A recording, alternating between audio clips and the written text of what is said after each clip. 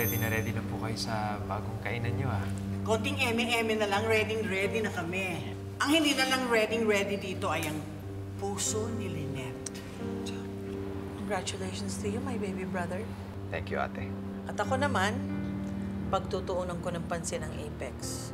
I hope this is the start of something good. Wala nang threat sa buhay natin. Wala na si Carlos, wala na rin si Moira. Finally, I'm here. Napaniwala ko silang lahat.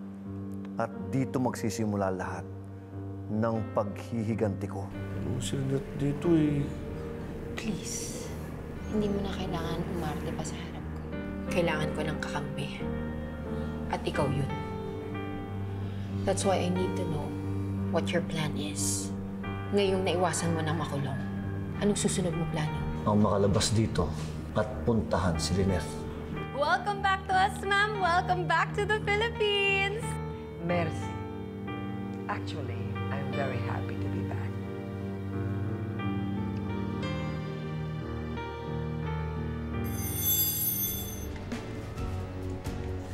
Your attention, please, everyone. I am so happy and excited to announce na balik doktor na po ang aking kapatid na si Doc RJ Tanyag.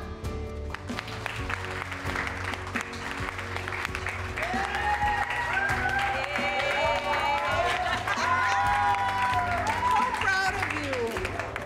I'm so happy you're back to your first love. Welcome back, pare. Thank you, pare. Nice to have you back. Thank you, Doc. Welcome back, bro. Thank you, Doc. Nga pala, merong gustong bumati sa'yo. Alfie! Doc RJ, hindi ko po alam kung naalala niyo po ako, pero naging pasyente niyo po ako 5 years ago. Ito na po ako ngayon, pag-graduate na ng college, Fine Arts major. Wow. Hindi ko po kayo makakalimutan, Doc. Iligtas niyo po yung buhay ko. At dahil po doon, meron po akong regalo sa inyo.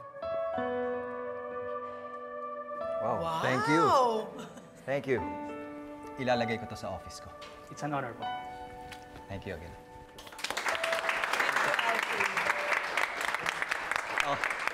Tara. Kumain na tayo.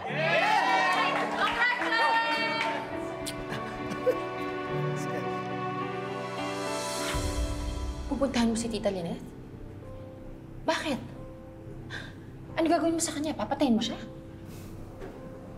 At sino nagsabing papatayin ko si Lynette? Babawiin ko siya kay RJ. Pero si RJ ang pupunterihin ko. And how can you even do that if you're inside this psychiatric facility? Sige nga.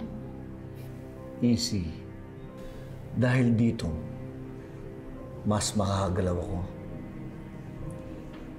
Kaya nga ito yung pinili kong psychiatric facility. Kasi may kilala ko dito.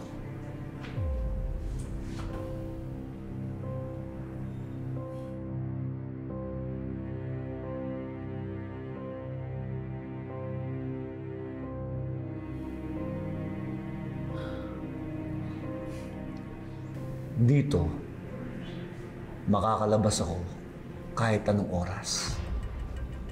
Kahit kailan ko gusto. Unbelievable. Walang imposible, Zoe. Kapag gusto mo at kung kaya mo. Kaya humanda si RJ sa akin. Dahil babalikan ko siya. Hindi siya pwedeng masaya. Wala na nga si Moira sa buhay niya eh. Gusto pa niya makuha si Lynette. Hindi ako papayag. Papatayin ko siya. At buburahin ko siya sa buhay namin ni Lynette. Sisiguraduhin ko na mawawala sa landas namin ni Lynette si RJ. Hindi pwede. Hindi ko hahayaang mangyari yun. At bakit hindi? Well, for the obvious reason that growing up, siya yung kinilala kong tatay. At mahal ko siya. But I am your real father. Ako ang totoong kadugo mo. Kaya dapat akong kinakampihan mo. No! Hindi pwede. Hala ko ba? Naghahanap ka ng matatakbuhan mo.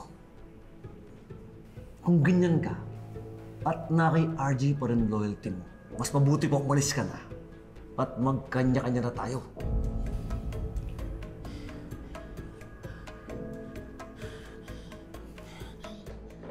Hindi pwede. Pag may nangyari kay Daddy, ako yung madedehado. Hindi pa napapamana sa akin yung Apex.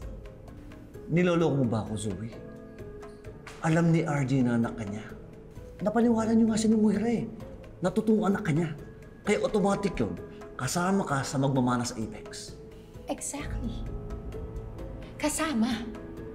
It means na may kahati pa rin ako. At si Annalyn yun. Ayoko mangyari yun. Gusto ko, sa akin lang ang Apex. At least consolation man lang sa lahat ng sakripisyo ng ginawa ng mami ko. Kailan pa ba mangyayari yan? Hanggat nandyan si Annalyn, may kahati ka. Sa atensyon, sa pagmamahal, lahat ng mamanayan mo kay RJ, kahati mo si Annalyn. And that's why I need to get rid of her. Kailangan ko siyang siraan kay Daddy. Para sa huli, sa akin ipagkatiwala ang Apex.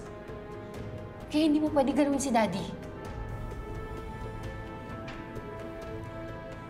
At kung worried ka man na magkakalapit ulit silang Tita Lynette, huwag ka mag-alala. Gagawa ako ng paraan para hindi mangyari yun. Kapag nagawa ko na lahat ng plano ko, nasiraan si Annalyn, at mawala na siya sa landas namin, sige, pwede mo na lahat gawin kay Daddy. He's all yours.